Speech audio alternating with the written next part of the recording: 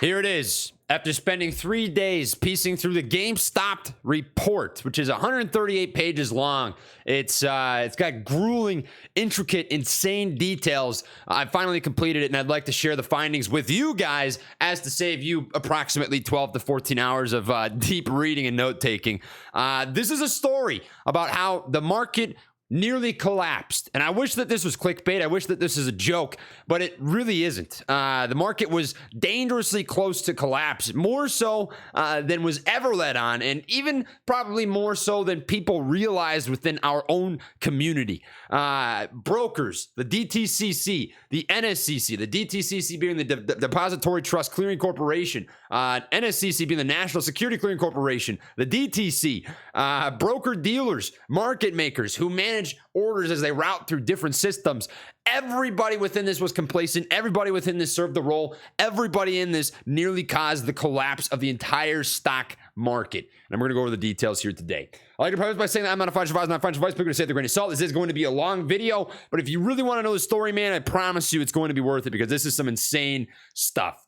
So, to give you a preface, to give you a beginning, back in January of 2021, the buy button was stolen on a name, a list of different meme stocks. You can think of AMC, GameStop, Bed Bath & Beyond, BlackBerry, Nokia, Express, Sundial, the list goes on. The buy button was stolen. This is something called PCO, position close only, meaning that you can only sell an order, and PCO is going to be a term that's used later, so just remember that as we continue forward. What this did and the implications of it was that lots of retail investors lost millions and millions of dollars at the expense of PCO because stocks went from very green to very red pretty much immediately, right? Well, lots of people had theories as to how this happened, and some of these were spot on the money. Some of them were maybe a little off, and some of them were just drastically off. And now we're going to be able to really dig into what happened in that day and the days leading up to it. And I think what you're going to find, along with what I found, is there was a lot of complacency, a lot of conscious decision-making that led to millions of people getting absolutely fucked out of their money. So to start, retail fueled let me back up. Retail fucked the big boys. And what I mean by this is retail investors had actually accomplished something that seems to be impossible. Them solely buying stocks that they liked happened to put the top fat cats, the 1% at the top of the pyramid, in a position where they were screwed. Margin calls, didn't have money to clear, didn't have money to execute trades, and they had no idea what to do. The meme stock market event revealed how rapid growth and innovation in retail trading presents novel issues for market stability and orderliness that neither the industry nor regulators have satisfactorily anticipated or addressed. There's a couple key findings. We're going to go through each of these in great detail, and they go as such. Key finding number one, Robinhood exhibited troubling business practices, inadequate risk management, and a culture that prioritized growth above stability during the meme stock market event. We'll go into detail about this. Broker-dealers facing the greatest operational liquidity concerns took the most expansive trading restrictions, although multiple broker-dealers introduced trading restrictions for a variety of risk management reasons during the meme stock market event. Number three, most of the firms the committee spoke to do not have explicit plans to change their policies. Obviously problematic. We'll talk about it. Number four, the Depository Trust and Clearing Corporation, DTCC, waived $9.7 billion of collateral deposit requirements on January 28, 2021. Now, the title says as such, this is the story of how the market nearly collapsed and that there was a $9.7 billion bailout. And the reason for it is because the DTCC stepped in, recognizing that the market would have been an absolute shit show had it not done so. So let's go over how this happened. And furthermore, could it happen again?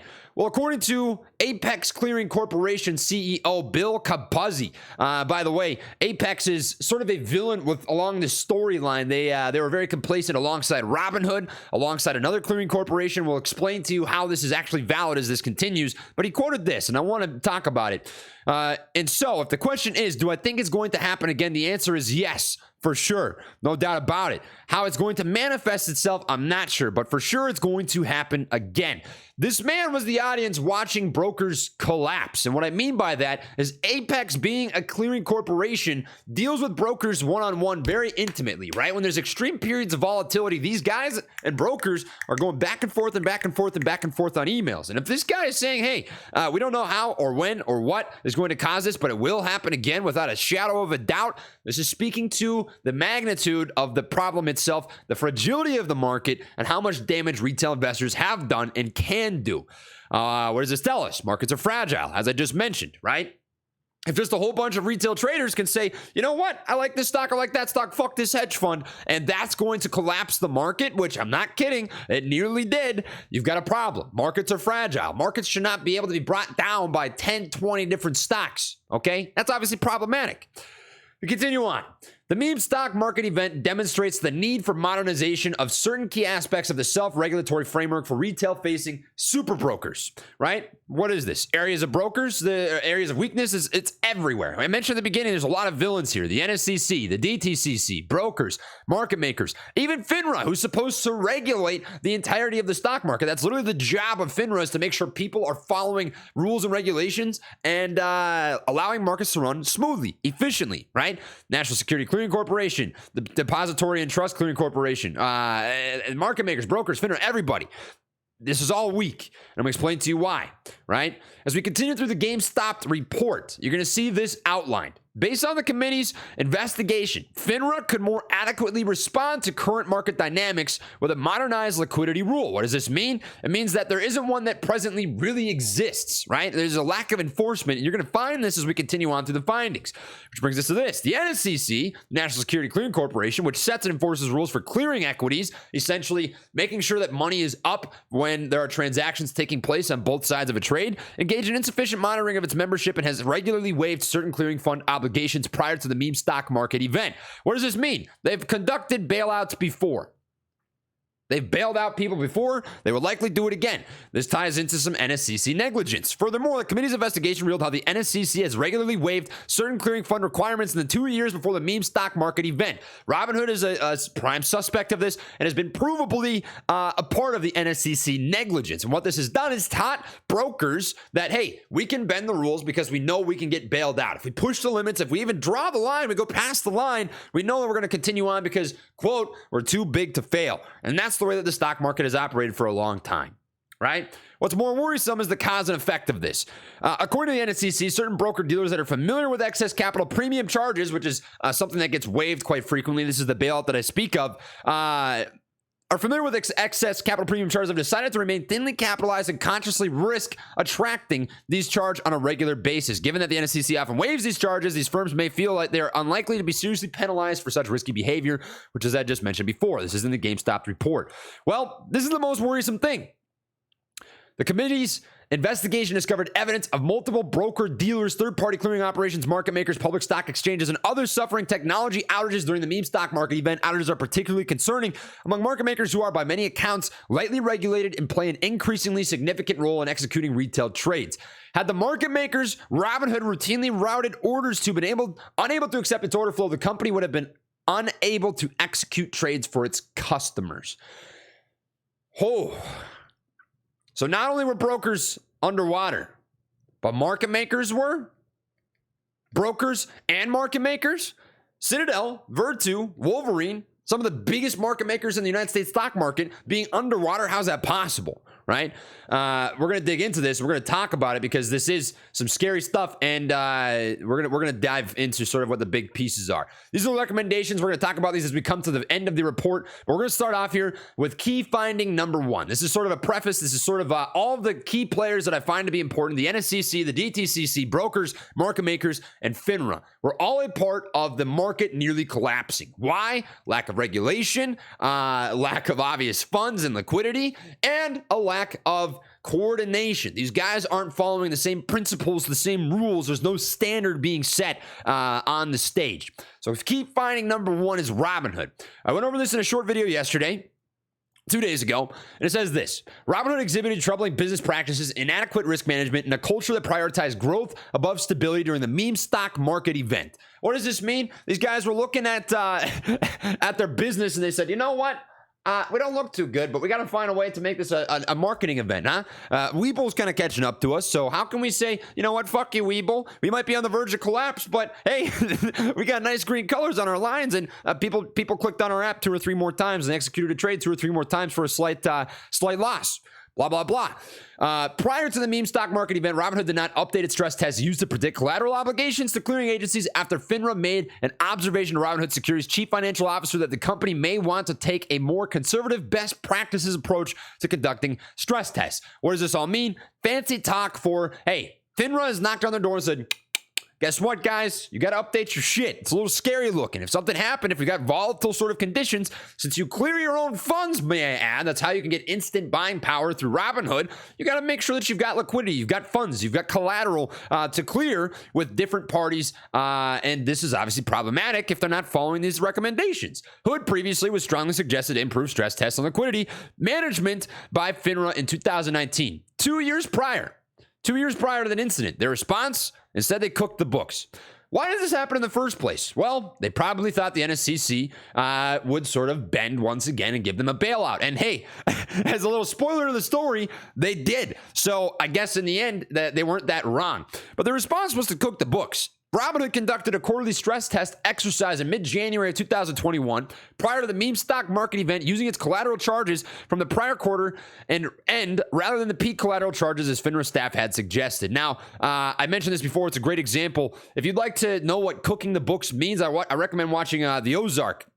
It's a story about a man and his wife, husband and wife, and their kids who get caught up in sort of the drug cartel in Mexico. And what his job was to launder money. And to launder money, you have to find a way to hide money, which is to cook the books, right? It's to favorably make your papers look a certain sort of way. And that's what Robinhood really did, is they conducted methodology being really important. They came to a conclusion. They were able to say, hey, look, we're good. Let's wipe our hands clean. But it's because of the way that they conducted their research. They cooked the books. They were only looking for a certain answer, and they were able to present it in that sort of light, which means that Robinhood negligently didn't keep their books, right? Unmodelable, black swan event. These were all things that Robinhood spoke of when in reality, they weren't even trying to prepare for it in the first place. And what you're going to find as we read through some of Robinhood's text messages is they actually knew it was coming 4 days prior and instead decided to just watch the ship sink. Anticipating what I would assume to be a bailout. Worse yet, they're on a high surveillance list and nobody caught it. That's kind of strange because if an NSCC member firm defaults on its obligations, they get placed on a high surveillance list. What does this mean? It means this party is high risk. High risk meaning, hey, these guys have had some problems in the past. Maybe we should keep an eye on them and make sure that nothing bad goes on. Well, they were on this list and apparently nobody was paying attention. What was this sort of monitored by? The NSCC. Well, it's strange since these guys sort of encourage them to bank on bailouts and bank on not having to pay up their collateral in situations of high volatility and high trading volume. Interesting. Moreover, Robinhood's incomplete liquidity planning practices were neither detected by the clearinghouse nor remedied despite the company being subject to enhanced surveillance. The result, Robinhood got fucked with $3.7 billion collateral charge on January 28th of 2021. This is the infamous day that Robinhood said, time to go. We got to get rid of the buying button. It is time for PCO, position close only. And Robinhood, knowing this, had a choice to make. Do we want to handle this ourselves, or do we want to pan this on our users of the application? And you already know what the answer to that is. They decided to pin it on everyday average people like you and me, the Americans, right? So on Sunday, before everything happened, on January 24th of 2021, Robinhood leadership hesitated to model volatility before the start of the trading week, and this brings us into the texts. The texts are insane. These texts detail every little intricate thing about where Robinhood really fucked up, where they knew this was going to happen, where they saw the ship was sinking, where they knew they didn't have the money, and they decided, hey, let's focus on what we mentioned before, which is growth over stability. So here's the beginning of the text messages. We're going to bring you through these and just sort of tell you the story. This is the worry in the onset. You can see on January 24th, and these texts are chronological. I had to sort of piece these together in that way from the report. Blank Sire post, if you think we should front run the model, I think that's Jim's call from a negative press standpoint, which is mainly what I'm focused on. And regulators, RHF is good with the current requirements. I think triggers that can make us react would be inbound from any regulators. This is the onset. These guys are saying, hey, 4 days before it happens, it's going to be problematic, right? So when GameStop was really starting to heat up. Recognition of the problem came the next day. FYI, we have also been asked to discuss at all hands anything where we can talk about handling, scale, face with rolling eyes, but might be a great time to highlight all the things ACATS and Treasury have been doing to keep the lights on. They obviously were struggling with money. I was going to discuss tomorrow on RHS management. Keep me posted. He goes on to say, recognition of unsustainability. Guys, ton of issues today with the lag we were looking at. ACATS will probably not be able to process it all before a batch. We were hoping to start today's work at 8 p.m. We missed the ACH file being fully submitted. LOPR, OCC, and others are going to be cutting it very close to cutoff. We cannot sustain any increases in volume if it is going to create longer delays in processing every day. My suspicion, my opinion, my speculation is at this point, these guys were already thinking in the back of their brains, fuck, we're going to have to really make a decision here on whether we're going to take care of ourselves or we're going to take care of our users of the application, right? The people who are trying to buy and sell things, like their job is, they found themselves in a helpless situation. We don't handle scale well. That is probably the biggest understatement of the day. Helplessness continues. Dealing with OCC file delay right now is going to cause liquidity issues, thanks. And this is actually quite interesting because if you guys remember correctly, Vlad Tenev at one point said, hey, we never had a liquidity problem. He said this on live television. This was actually talked about in the congressional report, the congressional hearing. So perjury, I guess, is fucking worthless. I mean, this is as useful and as valuable as I would ever imagine. This is a picture-perfect example of him lying. I continue on. Rationalization/acceptance. The requirement would be something in the 1.6 to 1.9 billion range. Ended up being drastically more. Since we have never been in that situation, the OCC knows that we only allow spreads. There could be something that could be done, but you can be confident there will be a full regulatory investigation, and shall it have been. The biggest concern now is, can we handle our scale? The answer was no. If we fail to deliver something like this due to us not being able to handle our own volume, it would not bode well with OCC or the regulators. Growth versus customer care. We could probably interact with this movement to promote Robinhood growth. This is what I mentioned before. This is what the writers of this report were worried about, growth versus stability, but thinking we should stay as far away from this as possible. Oh, Blank mentioned that GameStop was one of the stocks we gave out to referral users. We should remind the users who have this lying around that this is a $200 stock now. My thinking was that we don't want to call out GameStop at all. I'm trying to imagine the right way to tell customers that we gave them a meme stock before it was a meme.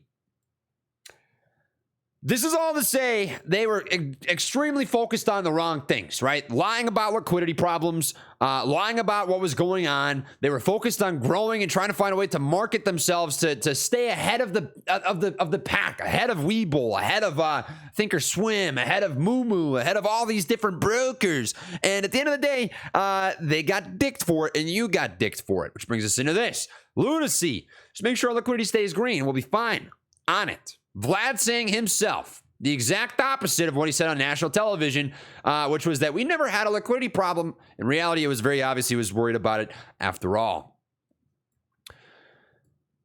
Us PCO, which is position close only, will trigger a crash, I am certain. This guy was right at the end of the day. Checks out. It's a bad look. We're supposed to support the retail. Guy had half a brain, but at the end of the day, they decided to stick to exactly that game plan. And this is exactly where we know Robinhood made some really bad decisions. Apparently, we don't have enough money to pay NSCC fees. Always great when people start dropping F-bombs who knew about NSCC fees. NSCC fees, they charge risk fees. Interesting. This is scary as hell because these guys obviously don't even know how the market works. And these guys make billions of dollars and handle billions of dollars and are asking themselves in group chats about how fucking fees work, how the NSCC works. You work with these guys every day. Well, I don't know. What do I know? Maybe these are just kids playing at the goddamn jumping the monkey bars. You know, it's like we were reliving March 2020.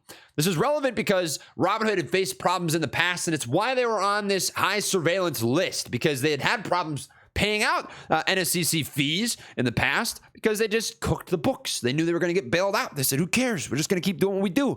10,000%, but with bigger volumes. It's funny, though, because public perception is fine. Like, no one knows there are issues. They knew there were problems. They knew people didn't know there were problems. They continued on to watch the ship sink. And before the collapse, concerns of growth continued on. Conflict brewing, have to keep the growth flywheel running. Webull is right on our tail. Haha, yeah, don't worry. We need to survive first. I know I'm firmly in the growth camp. Nothing else needs to be said. This is all Said and done. This is all good to go over, right? But what did this actually do? Believe it or not, this all strained, guess who? Citadel. And we're going to get into the story behind this as we continue on with Robinhood. But Robinhood's payment for order flow and rebate problem and rebate situation and fee problem, this all sort of began because of a couple key factors, in my opinion. This is my opinion. This is speculation, right? Number one, they were their own clearing firm, so to speak, right? You are able to get overnight, instant sort of settling buying power on a couple $1,000s, right? Because Robinhood allows that to happen. And number two, Robinhood makes the most, really, out of payment for order flow rebates. And this is because they model themselves in a different manner than most brokers who use PFOF or payment for order flow do. Payment for order flow is the process of a market maker who handles transactions paying a kickback to brokers for sending the broker's orders to the market maker. If you were to draw this out, this is a broker. This is a market maker. PFOF is as such. Broker sends over an order. Market maker sends over money. Bam. They get paid for sending an order to a specific entity. Citadel was the entity at the end of the day that ended up helping these guys out. But it did put a strain on them and many other names, such as Virtu and Wolverine. And we're going to get into that as we continue on. Robinhood's disproportionately high order flow and unique formula for calculating PFOF rebates strained several market makers and introduced risk to the stock market. What would have happened if market makers were unable to process all these transactions? Everywhere. If all of a sudden people are panicking, because panic would ensue, fear would ensue immediately. If orders were not being processed, everybody would just be slapping that sell button. They'd be saying, get me the fuck out of this market. Nah, I'm going to goddamn China. I want nothing to do with this. Bring me to China. And they'd get out, right? This is problematic. If you were straining market makers who, by the way, pay your bills, there's obviously a key problem here. Hood Q1 2020 had 9x E-Trade's volume and 40x Charles Schwab's volume. There's a reason for it. They incentivize high rebates and getting paid a lot of money by market makers. This tells you a lot. This tells you a lot about what Hood's priorities are, Robin shit's priorities are, and we're going to continue on. Virtu told committee, and Virtu is a market maker, staff that during the week of the meme stock market event, the order volume it received from Robinhood increased 6 times from the prior week in GameStop, AMC, BlackBerry, Koss, Bed Bath & Beyond, and Nokia. Citadel Securities employees owed Robinhood for GameStop the week of January 28th, 2021, 60 times greater than the week before for simply GameStop rebates. What does this tell you? It tells you that Hood made a lot of money on bid-ask spreads. This is where they tried to make their money. This is where they tried to milk their PFOF rebates, and we're going to get into that as we continue on. They made a lot of money and incentivized this, and this is where the growth over stability came into the picture. The way they set up their platform and the way they try to run things allowed for that to happen in the first place. Why? Robinhood wanted this at any cost. Of those, only Robinhood calculated its payment for order flow rebate rates using a formula based upon the bid-ask spread of each stock. Analysts speculate that Robinhood relies on a spread-based formula to maximize the revenue it generates from the PFOF rebates. So even if it meant they couldn't find shares, they did what they had to do. And this is going to blow your fucking mind. Another significant factor affecting Robinhood during the meme stock market event was the limitation on its ability to access the shares needed to fulfill the purchase orders of its customers. So what the fuck was happening? If you couldn't locate shares, how was there buying or selling happening before everything took place? There's 2 options. Synthetic shares were created or PCO. Position close only. No more buy button. Maybe both. Probably both. Scary. Robinhood couldn't fill on Lit Exchange. Now, this sounds crazy, right? How the fuck? And if you don't know what a Lit Exchange is, let me paint it out in a really simple way, really fast. Lit Exchange is on-exchange trading. This is your standard market as compared to off-exchange, which consists of dark pools, which are considered to be discrete, lack of discretionary advice, places for institutions to fill large block trades, huge chunks of shares, right? That's the institutional side. Retail side is wholesaling. That's also off exchange. That means that Robinhood was going towards both of these. And primarily, I would add wholesaling because they don't really deal with institutions all that much. So mainly OTC or wholesalers, which is the retail side of things. Now, they were not filling on the lit exchange, which means everything was getting routed directly to market makers such as Citadel, such as Virtu, such as Wolverine. Why is this problematic? It doesn't allow for true price discovery. If all orders, let's just say that you've got one person who manages all the transactions of bikes. You're trying to sell a bike and you're trying to buy a bike, and there's one guy, one middleman who's scraping pennies off the top. What do you think he's going to do? He's going to try and make a couple more pennies every single time he scrapes these pennies. He's maybe not going to try and find the best price for both of you. Sure, he's handling the transaction. You're getting your buy, you're getting your sell, but how much is he scraping off the top? And over time, how much more is he scraping off the top? How much more? Right? Well, check this out. Robinhood was unable to route trades directly to any public exchange and had fewer options than other similarly situated broker-dealers for executing trades for their customers. Wow. They were only filling things through wholesalers, through market makers. Why? Cha-ching, cha-ching, cha-ching, cha-ching. PFOF. They don't really make money on lit. Strange. Almost like these guys fucking suck. Well, they chose to avoid it, right? Having a public exchange connection is not a regulatory requirement. Their argument to this, right? The committee staff sort of inquired about Robinhood's business decisions, their model. Why do you only go to wholesalers? Why don't you go to the lit exchange? They said it's not a requirement. Why should we? Right? Here's the line. We want our dick square on that fucking line. We want that thing square on that line. Not a hair off of it, right? We're going to ride that and make as much money as we can. Growth over stability, right? Shows you really how much of a villain they were. And honestly, more so than I really thought. In my opinion, I thought this was more so of a market maker, DTCC, clearing, all this stuff. I thought it was more on these guys, but there were brokers that were bad here, and Robinhood is the main villain. Well, this backfired. And it's actually kind of funny. This is going to make you chuckle the way this plays out, because you're going to see how lit exchanges and on-exchange trading was actually, it could have helped this situation so you didn't have the PCO, position close only, the buy button being stolen. This backfired during January 28th by the markets because the markets were volatile. Volatile equals liquid. So in my opinion, speculation speaking, the buy button removal or PCO, position close only, could have been avoided if Robinhood routed lit where liquidity was. Let's sort of walk you through this, right? Why do I think that to be the case, right? Many institutions prefer to route trades to public exchanges during periods of acute volatility and erratic price fluctuations in the market. Why? Because volatility equals liquidity. You're never going to have a problem finding yourself a share if the market is liquid. But sometimes if market makers get overwhelmed, they may not be liquid. They are, after all, only handling a portion of the market, not the entirety of the market, versus lit exchange, which is literally, hey, if I want to buy it, I will buy it. If I want to sell it, I will sell it. Everything goes to that goddamn exchange.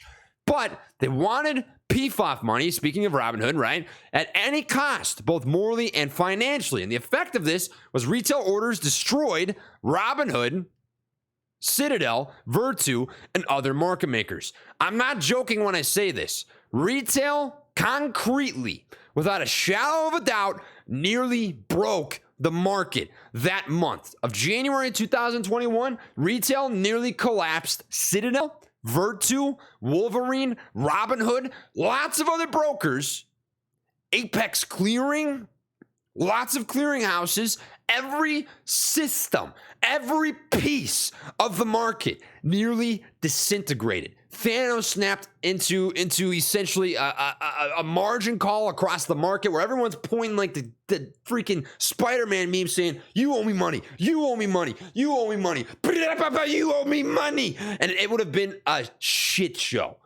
But we all know how the story ended. And we'll get into that. Throughout January 27th and 28th of 2021, several of the market makers Robinhood routinely routed orders to struggled with operational constraints. The market nearly died. This forced market makers to restrict. Please route away all stocks in the letter A range, and this excluded Apple, AMD, and Amazon. We continue on to see on January 27th, the Robinhood Securities temporarily stopped routing certain equity orders to Two Sigma, and Virtu, and temporarily stopped routing certain option orders to Morgan Stanley and Co. This is when Robinhood started thinking to themselves, right? Robinhood was thinking to themselves, we're in a situation now. We want to keep making money. These market makers can't keep up. So what the heck do we got to do? Well, we say, suck my dick, and they decide to go to somebody else. So Robinhood's trying to find any way that they can maximize their profit and keep the boat afloat because they're on the verge of a margin call. They're on the verge of not being able to meet collateral. So they're thinking, I just got to keep pumping these rebates, man. We got to find these fills. We got to find these fills so we can keep up on our shit. It's like a pyramid scheme, so to speak. You're trying to take money from someone else to pay someone else to take money from someone else to pay someone else. And Robinhood kept going through this sort of circle. Well, brought you to this. If Robinhood can't route through Virtu, well, then where? Employees of Robinhood and Wolverine continue to communicate through the week regarding the acute volatility, and at one point, Wolverine communicated to Robinhood that it considered Robinhood to be a regulatory and financial risk to their business. They tried someone else, Wolverine. Wolverine's another market maker. They're one of the top 3 biggest market makers, alongside Virtu, who's in second, and Citadel, who was in first. Well, problematic. Wolverine doesn't want to deal with you. Regulatory and financial risk to their business? I wonder why. Maybe because you might not be able to meet the requirements, and maybe because you might put these guys in a situation where they can't handle their transactions. Here you have this. I'm reviewing the entire relationship. They are at 20% of options. We may want to completely shut them off. We need partners we can rely on. This is Robinhood speaking on Wolverine. Now, at this point, what's happening? Robinhood is saying, all right, Virtu can't really help us. Let's go to Wolverine. Wolverine doesn't want to help us. They're saying we're a business risk, and they're saying back to them some petty-ass shit. They're saying, hey, you don't help us now. We're never going to come back to you for service ever again. Well, this is what happens next. Well, Citadel always loved you. Citadel always loved you, Robinhood. Citadel always loved you, the boy from Bulgaria, freaking Vlad Tenev. Robinhood and Citadel Securities engaged in blunt negotiations the night before the trading restrictions to lower the PFOF rates. Robinhood was charging Citadel Securities, but Ken said they didn't talk. Well, maybe not Ken and Vlad, right? It might not have been like that. I mean, surely they wouldn't commit perjury. Surely they wouldn't lie in court. I don't know why anybody from Wall Street would ever lie. That doesn't make sense. Just FYI that Dan and I are joining Jim at 5 p.m. on a call with Citadel. They reached out and want to speak this evening, and we believe they will make some demands on limiting PFOF across the board. We don't agree to anything, but want to give you a heads up. Okay, Vlad Tenev, maybe this would be a good time for me to chat with Ken Griffin. Maybe they did. Maybe they did talk. Maybe that congressional hearing didn't really mean much. Citadel couldn't afford to pay Robinhood PFOF rates and talked about it. Remember when I said before that Robinhood was putting constraints on the market makers because of the retail orders that were coming into Robinhood that they were not ready to process because of the rule bending that took place from the National Security Clearing Corporation that came from Finra not regulating the National Security Clearing Corporation in Robinhood? Every piece of the market allowed it. And we continue on.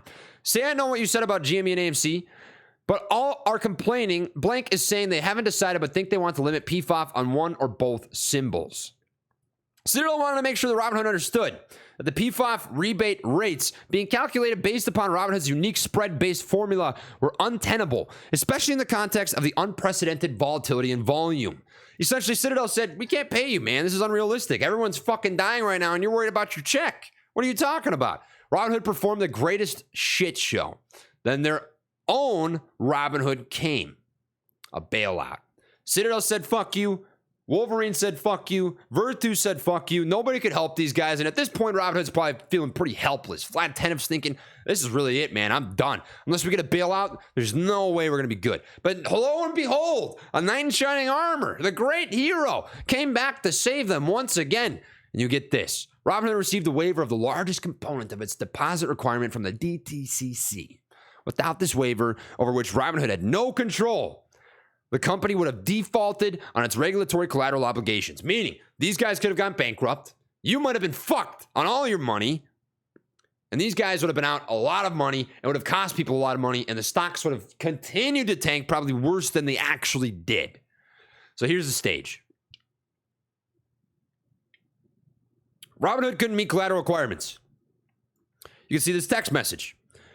Hypothetically, what happens if a firm can't meet their morning NSCC margin settlement? First offense is a fine. It is outlined on their site. I would call them so they have a heads up. They give them a timeline on when you can get access to lines of credit and or cash infusion from the parent. Hypothetically, they will work for you. Can't say I ever had to make such a call. Hypothetically, there isn't enough an LOC, line of credit. This is only slightly concerning. These guys don't know what a freaking margin settlement works. How that's possible is beyond me.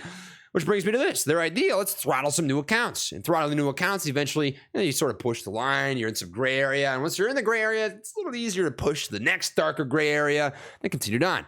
In addition to restricting stocks, Robinhood leadership throttled new account creation on their platform to limit volatility and hopefully address liquidity concerns. You can read it here, right? There's a throttle on. And then the ultimate meme took place. Why did they do it? They were near death. This is, I kid you not. This is a real conversation that took place internally within Robinhood.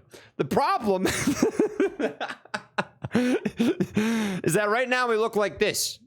And here you see a truck falling off maybe the fucking Grand Canyon, a mountain on the moon coming down to Earth. I don't know. I mean, the moral of the story here is these guys knew they were on the verge of death and they had to do whatever they could to solve this problem. And so they tried their damnedest, which brought us to here. Robinhood tried fundraising, but failed. All right, throttling new accounts wasn't working. They restricted buying. That wasn't working. People just kept coming. They still had the same problem. The PCO wasn't doing enough. They couldn't raise enough money. So what they tried to do? They tried raising it. Didn't work. Robinhood's chief legal officer notified senior officials at the DTCC that Robinhood could not meet its collateral obligations before the market opened on January 28, 2021. Tried fundraising, failed, and that brought us to this. Right? Check it out. Dan Gallagher from Robinhood called to say they received about a $3 billion call for 10 a.m. today. They've been talking to blank, but would like someone to call Jim Starwart, press of the CLG firm, to discuss a way forward. He suggested they have $600 million, but $3 billion is problematic, meaning, hey, we can't pay that. We're about 80% short. And then the bailout happened. Robinhood got bailed out by the DTCC. They owed nearly $3 billion. Didn't have to pay anywhere near that amount. Here's the actual numbers. At 9:11 a.m. Eastern, 19 minutes before the market opened, Robinhood Securities received an updated deposit requirement notice from the NSCC that outlined a total deposit requirement of approximately $1.4 billion, with a reduction in the excess capital premium charge to $0. Multiple billion-dollar bailout. Robinhood would have defaulted. They would have died. You would have lost a bunch of money. They would have lost a bunch of money. Market makers would have lost a bunch of money. But it didn't matter because they just said, I got you. I got you. We've bailed you out before. We'll do it again. They would have died. They got lucky. Remember, I read off before. Robinhood had no control over the situation. They were helpless. What happened is, hey, there was two choices. Their regulatory bodies could say, you got to pay up or default, or we'll bail you out. And they bailed them out. And they did this to many more. We'll go over that as we continue on. Without the NSCC's waiver of Robinhood's excess capital premium charge, the National Security Clearing Corporation, who handles clearing, right? Robinhood's non-payment would have constituted a serious rule violation. In this default, they could have been shut down. Robinhood would have gone out of business. And yet later, we see that Hood went public. And now it makes a lot more sense. I mean, it already made sense. Let me make that clear, right? It already made sense that Hood's stock looks like it's absolutely dying. But it makes more sense now knowing how close they were to literally collapsing. All right. Robinhood leadership remained aware during the morning of January 28th that the NSCC could effectively eliminate the company's ability to clear their clients' trades and liquidate the firm's holdings. Right? Why is this problematic? If they knew, they didn't tell you. The people who used their app, the people who had money wrapped up in their application, they didn't tell them anything. They didn't tell them how close they were to losing it all. Now, you're backed by the FDIC, I think. FDIC insured up to a certain amount, but there are certainly those who are in Robinhood with more than FDIC insured money who would have just been screwed, out of luck. Well, maybe Robinhood wasn't that lucky. Rather, they knew money didn't matter because, well, they're Robinhood. So here, read this. We will navigate through this NSCC issue. We are too big for them to actually shut us down. Now, this is a sad reality of the world. Too big to fail is a real thing. Hypothetically speaking, you think it shouldn't be, but the market operates on dick sizes. If you got a big dick, you're allowed to play in the room and get away with a lot. You got a small dick? Well, put it back in your pants. Don't play, you know? And this is what happened with Robinhood. They had a big enough wiener that they could get out of the situation. They got bailed out. And they knew it. And they were complacent. And they were willful in this fraud. And they knew they were lying. And yet they did so. So you read this. We mentioned earlier that there was a congressional hearing that Vlad Tenev spoke at. And he had mentioned that they had no issues with liquidity. Right? Remember that? Let's just highlight it in case you missed it. They're asking, Mr. Tenev, you explained the Robinhood restricted transactions in certain securities to meet demands coming from your clearinghouse. Isn't it true that being concerned about having enough capital to meet deposit requirements, isn't that a liquidity problem? And you see Mr. Tenev, Vlad Tenev, say as such, we've always felt comfortable with our liquidity and the additional capital that Robinhood raised. Well, this is kind of strange when you read this. That sounds like he's concerned with liquidity. Why'd he be worried about it? Vlad claimed there was no liquidity problem.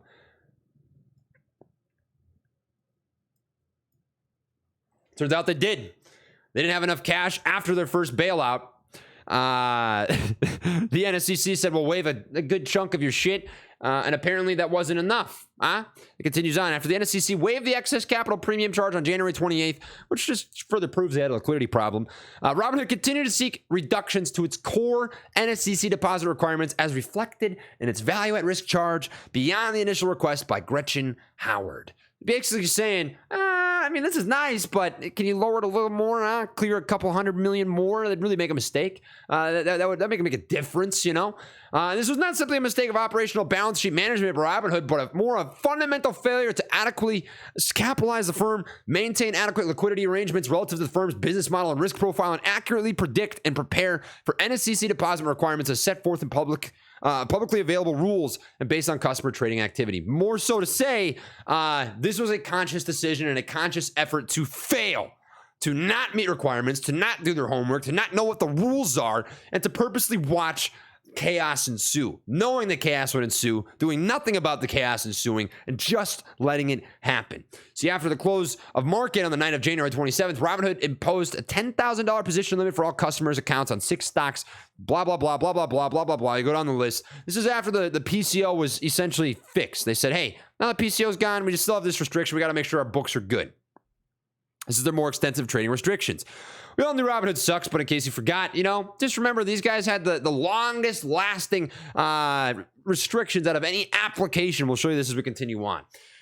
Buy button happened. Finra commented to committee staff that they consider using PCO position close only restrictions as a risk mitigation tactic to be extraordinary. I anticipate and sort of interpret this to be mocking their decision. Like, don't know if that really makes sense. This is terrifying. Finra commented saying, why would you do this? And Robinhood did it anyways. Simply put, Robinhood was broke. They had no choice. And furthermore, they had no standard. In the military, there's a simple thing. There's a simple rule of thumb. Everybody follows the same standard. You have to shave your face. You have to maintain a haircut. You have to dress in uniform. Your boots have to be laced and tucked into the freaking inside, right? There's all these things you have to do because it's a standard. It's standard set. A standard. People know what to do. No standard, people don't know what to do. Robinhood had no standard. Now, they probably knew what they were doing was wrong, but, I mean, if you were cracking down on this ahead of time, maybe it wouldn't have happened. Which brings me to this. Robinhood's trading restrictions are most likely a direct consequence of inadequate liquidity at Robinhood. The conclusion, Robinhood didn't create their problem, so to speak. Right? They couldn't help that retail themselves were the black swan event, but they could have controlled their own black swan event, right? Robinhood claimed that this is inevitable, unavoidable, unimaginable, but they had so many opportunities to step up to the plate and say, hey, just in case, just in case we have these XYZ fail safes, these fallbacks, where we can take care of ourselves. They didn't avoid the train. They didn't avoid the problem, and they actually managed to make it hit harder. They made the problem worse. They made the absolute worst decision out of any broker on the planet. And to me, they were the worst villain out of any broker within this. And if you don't believe me now, you will as we continue on, I would imagine, at least. Brings me to this. As a result, Robinhood had to adopt the most stringent and longest lasting trading restrictions of any broker dealer during the meme stock market event. Had Robinhood more adequately anticipated heightened collateral deposit requirements or maintained an adequate capital cushion ahead of time, it likely would have been able to adopt more modest restrictions. All to say, Robinhood was a villain in this story. They were not complacent. They were not blindsided. They knew what was coming. They had conversations with basically every market maker under the sun. They had conversations with the NSCC. They had conversations with the DTCC. They had conversations with everybody except for retail. The number 2 finding, there's 3 to go. Broker-dealer risk. This is a smaller portion. Robinhood took up the biggest portion, so take a breather. Shake out your hands. We're getting closer. Broker-dealers facing the greatest operational liquidity concerns took the most expansive trading restrictions, although multiple broker-dealers introduced trading restrictions for a variety of risk management reasons during the meme stock market event. Broker-dealers facing the greatest operational liquidity concerns took the most expansive trading restrictions. What does this mean? Let me show you.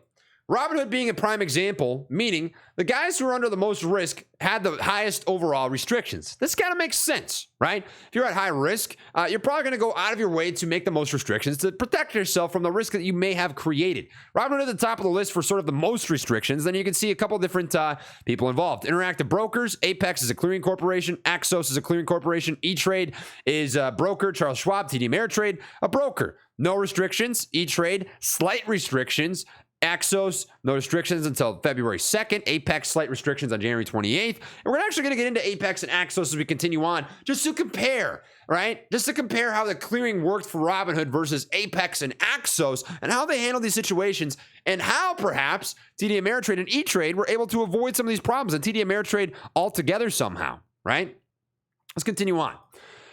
This brings us to here. Apex directed Webull, Ally Invest, SoFi, and hundreds of other firms that clear their trades through Apex to prohibit purchases of certain highly volatile stocks. Apex, in this instance, was the villain, right? You guys remember when Webull and SoFi and Ally Invest and a whole bunch of other firms said, hey, we got to cut off buying for a while, and everyone lost their mind, including myself, right? We were all saying, why? What are you doing, you brokers, you goofy meatballs? Why is this the case? So Robinhood was bad, but what about the other brokers, right? If Apex was the clearing corporation in this instance, since Robinhood was sort of their own, well, what really went down here? What's the story, so to speak? Because we all had our theories, but let's see what actually happened, right?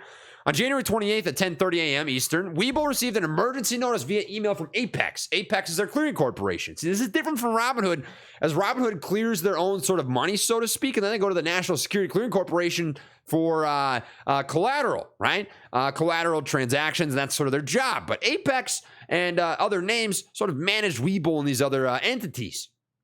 Separate, right? It's different. They put out an email to Webull and other brokers and forced this to happen on the day of, right? Webull put out an email saying, due to the extreme volatility in the symbols AMC, GameStop, and COS, our clearing firm will no longer be able to support clearance on these symbols. As a result, Webull is forced to set all transactions in these symbols to liquidate only. Within 3 hours, they took that restriction off the market, right? Apex essentially for 3 hours said, we kind of look tight on money right now. We might not be able to put up collateral to the NSCC. We got to just kind of PCO. Got to take this buy thing off the market for a little while, right? Position close only for a little bit. Is it right? No. Is it drastically better than Robinhood? Yes. I bring you back to what we saw here, right? Robinhood was drastically worse than everything else. No restrictions on interactive brokers after these days. Apex after these days. Axos only had 1 day of restrictions. E-Trade, only 1 day. TD Ameritrade and Charles Schwab, no days of restrictions. Why? Why was it so drastically different, right? Restrictions only lasted about 3 hours. Why was it so different? Why did Apex do this? Why does it make sense? Well, they wanted to avoid a Robinhood situation. Apex instructed its broker-dealer clients to restrict trading because the company was concerned about the magnitude of a potential collateral deposit request from the NSCC, as I'd mentioned before, right? This brings us into this. Robinhood and Apex were the villains. Why, right? What's the commonality? Clearing. Robinhood had problems with clearing. They couldn't clear the money fast enough. They couldn't handle that drastic of a transaction. Why? My opinion, there's 2 reasons. Standards, methodology. They didn't prepare. And by the way, a little spoiler for later, they're still not prepared. It's going to blow your mind, but I mean it when I say it. Clearing was the problem. Upon receiving the 10 a.m. slice, Apex personnel felt that it would be challenging for them to meet a discretionary intraday margin call in the vicinity of $1 billion within the normal 1 hour time frame. Upon receiving what appeared to be an anomalous slice data, it quickly reached out to NSCC and confirmed that the numbers provided on the Apex portal were accurate. After this, they expecting traded activity to increase throughout the day and drive the requirements even higher. They decided to impose the trading restrictions on AMC, GameStop, and COS. 3 tickers overall. You can see the email here, right? Take a second to pause if you want to read it. Apex nearly collapsed alongside Robinhood, which would have left many brokers fucked. They pulled the same move, position close only, for a period of time. Any broker that went through Apex was forced to follow those guidelines. So in this situation, it's not necessarily the brokers that were the villains, but more so the clearinghouse, A clearinghouse is a very core element of the stock market, which means there has to be some sort of way that you can make sure these guys are all following the same standard and are following the same guidelines and protect themselves from risk, right? You might be thinking to yourself, that seems pretty tough, but you'll actually see that there were those who did it successfully, right? Remember TD Ameritrade, we're going to get into that as we continue on. Around the same time, senior Apex personnel began considering how to inject additional capital and blah, blah, blah. This is really rhyming a lot with what Robinhood had to do. And here was sort of the response that took place. Peak 6 ultimately gave them a cash infusion. It sounds a lot like what Citadel did with Melvin Capital for literally no fucking reason. But nonetheless, given Apex's expectation that extreme market volatility would continue for the foreseeable future, Apex confirmed that there would be no excess capital premium charge. The firm distributed an update to its introducing broker clients, confirming removal of liquidation only policy to its introducing brokers. Meaning, these guys messed up. They took away buying for a couple of hours. They did it for less tickers. They were less of a villain overall than Robinhood was. Not great, but better, right? Quick restriction, quick lift when trouble was gone. This makes at least some sense, right? I don't think it was the right call. I think that there's an easier solution here, which we'll talk about, which is sort of highlighted in this congressional report, but they handled the situation better than Robinhood. If you were to tier list it, Robinhood is the super villain. Then you've got Apex down here in like second place, right? This is like the Joaquin Phoenix Joker. And here you've got OG Heath, man, right? Different. Just different. Same story with this clearinghouse. Difference, high risk. Here's the third. Axos. Remember these guys? I mentioned them earlier. Axos prohibited new opening transactions in certain meme stocks on February 2nd due to liquidity concerns and feared that without taking such measures, it would likely exhaust its available funding sources. This lasted for about 1 day. Axos, like Robinhood, was also at the time subject to enhanced surveillance by the NSCC. Remember we were talking about that, right? The enhanced surveillance says these guys are high risk. They've had problems with us in the past. We got to watch them, make sure they're following guidelines, and perhaps even check on them more frequently than we should, right? High risk clearinghouse. It's kind of a red flag. Well, guess what? Didn't matter. They were probably a high-risk clearing firm because, well, they've gotten bailed out before, and they knew they'd get bailed out again. And guess what? They got bailed out again. The NSCC conveyed to Axos that it would not apply the full amount of the excess capital premium charge that could be levied on the firm, but the NSCC would exercise its discretion to apply some amounts of these charges. Robinhood got bailed out. Axos got bailed out. Apex ended up being okay, right? Lots of bailouts taking place here. What does this really tell you? Well, a lot of money kind of just got snapped away from clearing corporations. So clearing was a really key problem as things go on here. Clearing referring to making sure that money is settled to transact from broker to retail, retail to broker, broker to market maker to broker, right? Let's continue on. There's a common trend. Every clearing related entity nearly collapsed and only survived because of bailouts. Right? Then why were these guys okay? This talks about these individuals. Larger and older broker dealers, and this is the solution to me, adopted a range of trading restrictions during the meme stock market event, but such restrictions were generally less severe than those of smaller, newer firms due to limited concerns about broker-dealer liquidity and capitalization. Think of TD Ameritrade. Think of Charles Schwab. These guys have sort of ugly UI. They're ugly-looking brokerages. They're not really gamified. They're not keeping up with the quick trading. They're not really watching PFOF and rebates and all these different things. They're more so just sticking with what works. Stick with churning butter, right? They'll try and make margarine. And this is sort of the story. This is very interesting. Why were they okay? Because of one-to-one margin.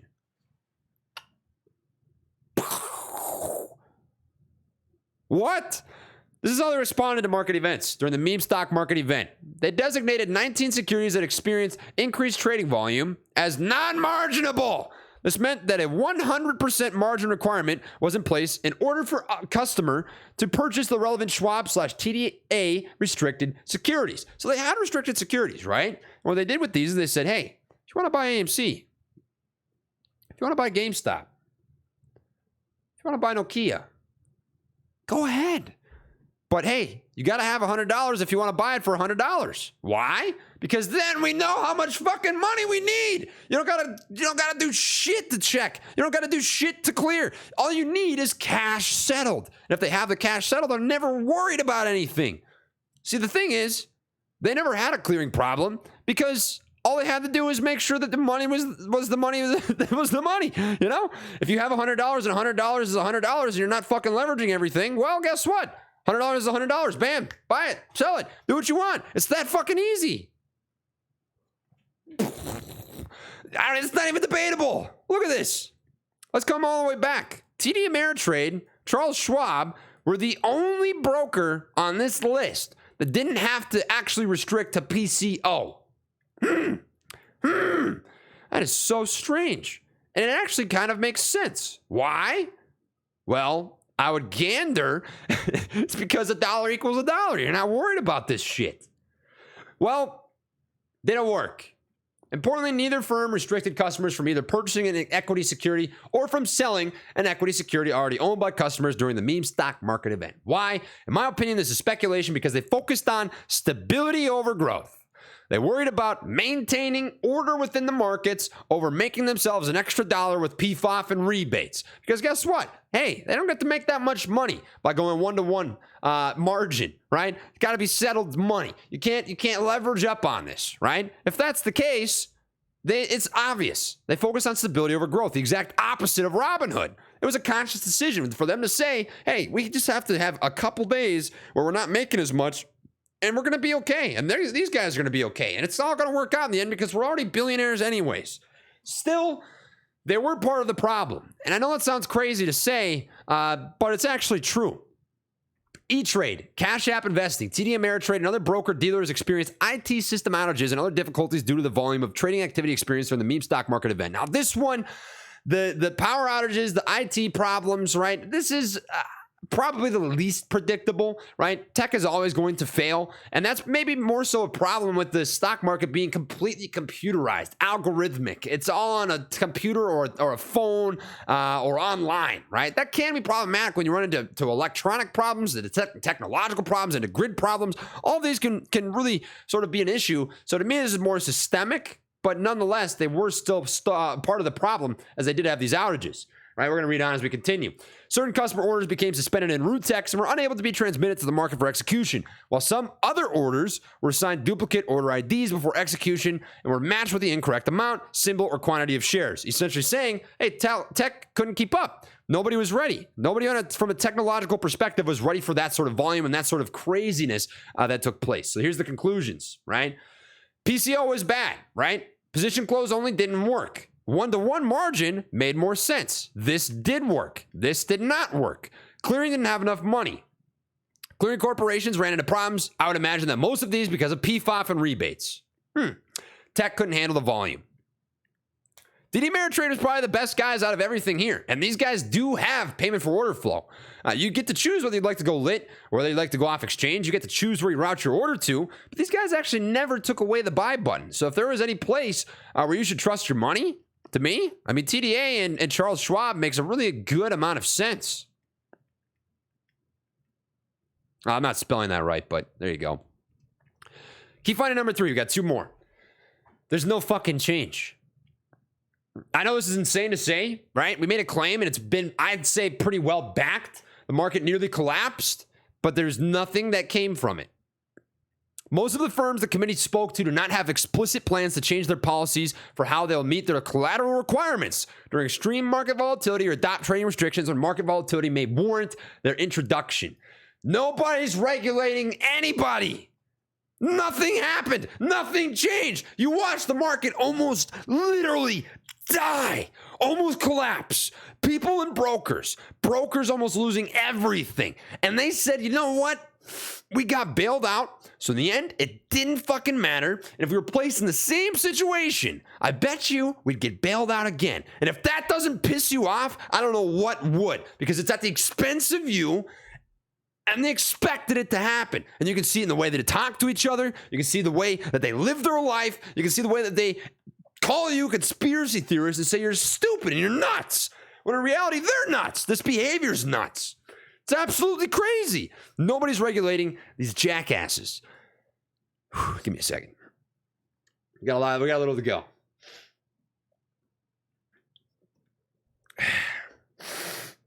Committee staff has learned that there are significant inconsistencies in how individual NSCC member firms approach their collateral planning processes, and there is an absence of precise regulatory requirements determining how individual firms should conduct collateral planning and related risk management. What does this mean? No standard. No standard, no enforcement, no expectation. Problematic. I already told you my Army's analogy. I think that can be applied to basically anything. Worse, these guys don't even know how the game is played. They don't know. They're playing blackjack, and they're asking the dealer. No, this is how it is. They're playing blackjack. They're the dealer, and they're asking the players, "Yo, do you hit 21? Right? Does it go up to 24 or 25? How does this work?" What do you mean? You're the fucking dealer. I'm supposed to be asking you that. You know? Problematic. The NSCC directed Robinhood officials to explanatory manuals that were already available to Robinhood on its member portal and that provide details on how excess capital premium charges are calculated. Start Wart, however you say his name, acknowledged to committee staff that Robinhood Securities had not previously reviewed these manuals. This failure could have been avoided. Robinhood sucks. They didn't know what they were doing. They didn't even know what the charges were. They didn't even know what they were getting charged for. You guys saw the messages. You saw messages back and forth. They didn't even know what was happening. This failure could have been avoided. 1,000,000%. I don't care what they say about a black swan event. When you don't even know what the rules are, when you don't even know what you're getting charged for, it's not a black swan event. You're just fucking stupid. You're just dumb. The people running that company are just dumb. Although Apex employs internal value at risk calculations, Apex, who is another clearinghouse, by the way, confirmed to committee staff that the company does not employ its own statistical models to predict NSCC collateral requirements. Another clearing corporation, another clearinghouse, right? Didn't know what they were doing. Didn't even know how to calculate. Weren't even trying to run calculations on how to manage these problems. Older broker-dealers had no problems. Charles Schwab and TD Ameritrade similarly do not model for excess capital premium charges as part of their own planning processes, but their capital far exceeds expected NSCC collateral deposit requirements and regulatory required capital levels. Why?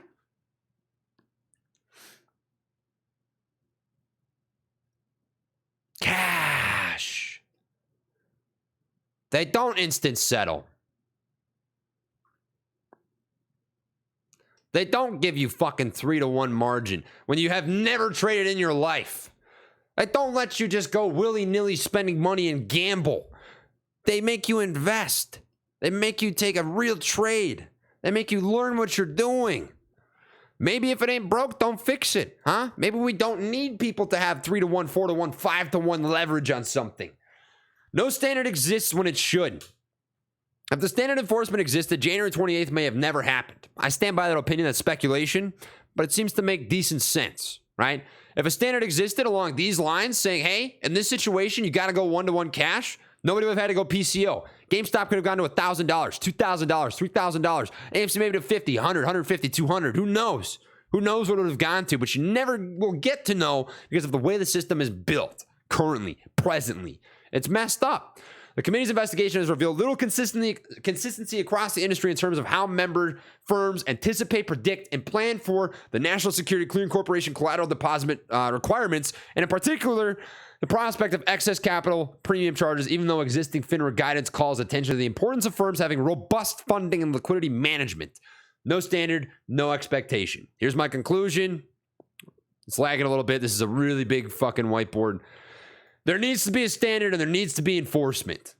I don't think I have to say anything more about that. If you have no standard, you have no enforcement, you're going to have people showing up to meetings in freaking naked, right? If you say people, hey, come to this meeting, wear whatever you want, people are going to wear their birthday suit when they should be wearing clothes, you know? You got to give people an expectation, because if you don't, they're going to play dumb, as we've noticed. They're going to play dumb. They're going to act like they don't know what's fucking happening, and they're just going to say, oh, we didn't know. Can we get a bailout? It's all good, huh? You set the standard, people can either follow the standard or get dicked. And they got to not follow the standard, and that's the repercussions of it. Key finding number 4, DTCC bailed out everybody. Now, this is a sad thing, and I made a video talking about AMC 100K a while ago. And if this doesn't convince you of my thought process on why that is just very improbable, I really don't know what is, especially considering there's nothing that's changed about the way the system presently runs. Everything would have to fundamentally change significantly for that to be possible based on everything we just talked about here today. The DTCC, Depository Trust and Clearing Corporation, waived $9.7 billion of collateral deposit requirements on January 28th. The DTCC lacks detailed written policies and procedures for waiver or modification of a desensitive charge it calculates for brokers that are deemed to be undercapitalized and has regularly waived such charges during periods of acute volatility in the 2 years before the meme stock market event. The DTCC bailed out everybody. Why? The NSCC, the DTCC, Finra, brokers, market makers, enforcers, regulators, nobody has any clue what's happening. They don't have any standard. There's no expectation. People don't follow the rules. They bend the line. They ride the line as close as they possibly can. And the DTCC said we have two choices. Let the market collapse or save everybody. They saved everybody.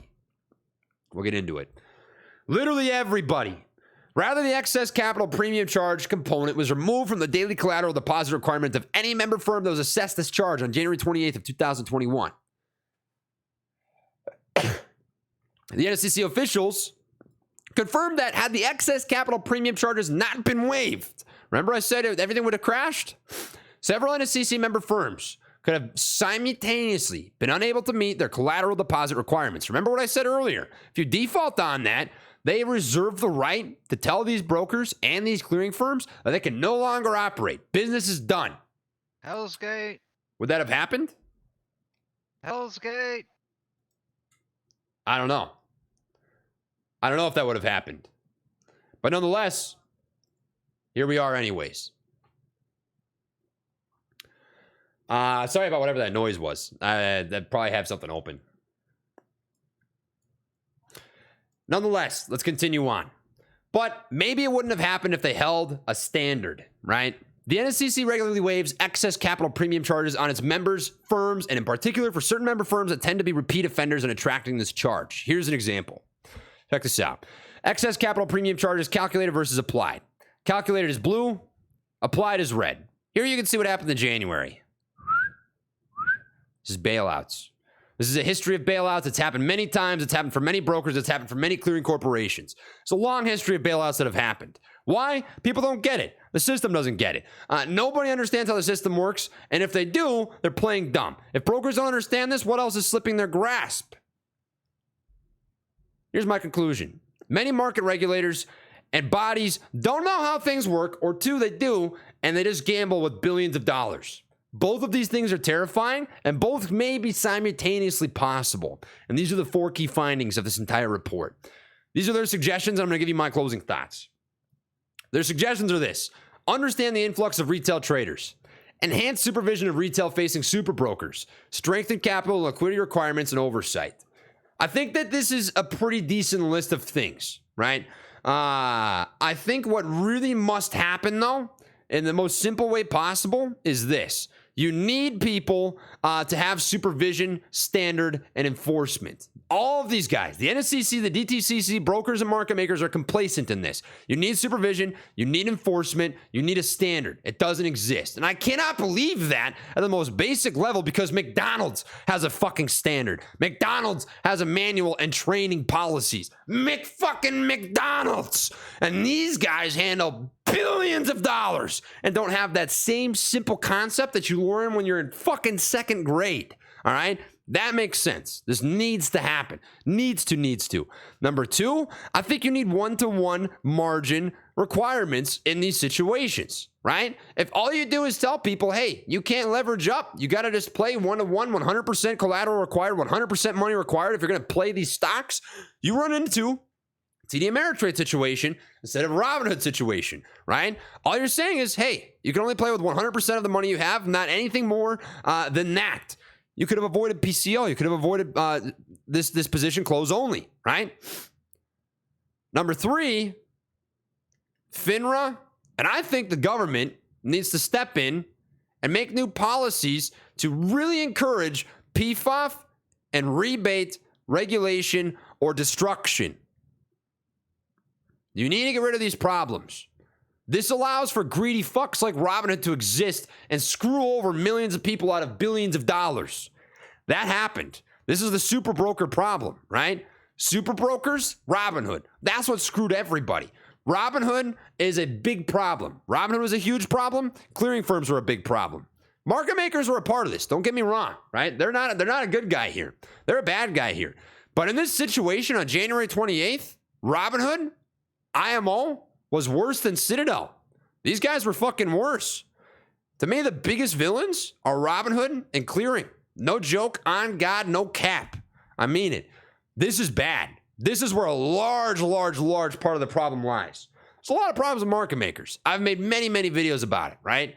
But if you want to focus on the clear problem, Robinhood put the pressure on market makers. Robinhood almost killed market makers with the amount of PFOP they requested in the short term. Now, obviously, Citadel's not innocent here. They make a shit ton of money by Robinhood going over to them and routing their orders. Otherwise, why would they do it, right? But they couldn't handle that much that fast. And Robinhood said, Keck W. I don't care. We need the money anyways. We want you to run this so we can make our quick bucks, our freaking double up food bucks, man. These are all the things that need to happen.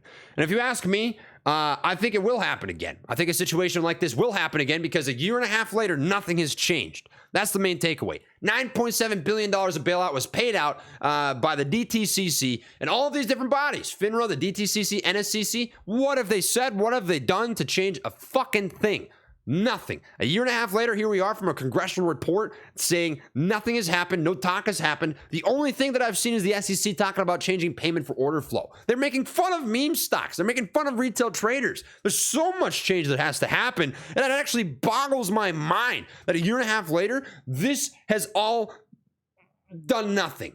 It's done nothing. It's taught us nothing. It's taught the system nothing. The system operates the exact fucking same. There's a lot that needs to change, and that's what I've got for this video. So there's your one-stop shop. I hope that thoroughly explained the report. I think that I summarized something that it would take about 12 hours to thoroughly read and dropped it down into about an hour. So hopefully that's valuable to you. I'll catch you guys all later. I appreciate you as always. Much love, late taps, and peace.